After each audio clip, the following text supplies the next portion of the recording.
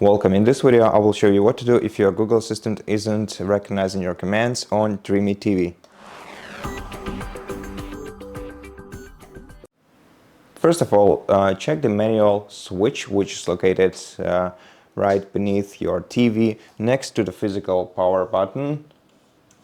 You have a microphone switch. Make sure to switch it to the left to turn your microphone on. And then make sure that the voice assistant is enabled on your TV. So open Quick Settings menu, go to All Settings from here, go to Accounts and Profiles, go to your Google account, then scroll down to Voice Assistant and make sure that the voice control is enabled here.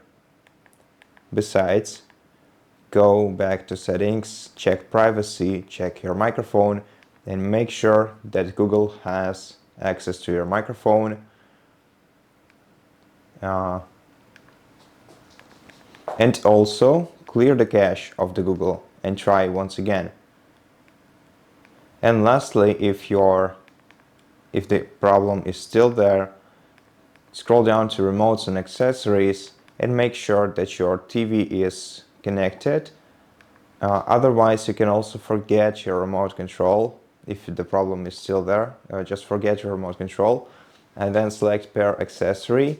Now, to let your TV locate your remote control, you're going to have to press the back button and the home button at the same time until the LED indicator on your TV switches to green. Then we can press Pair once again, and then let's repair our remote control.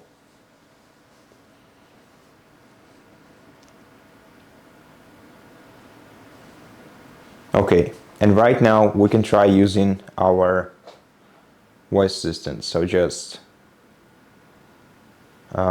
hold down the microphone button and speak into your microphone. Something like open Amazon Prime Video. Opening Prime Video. And that's it. Thank you for watching this video. If you liked it, please consider subscribing to our channel, leave us a like and a comment below, and I'll see you in the next one.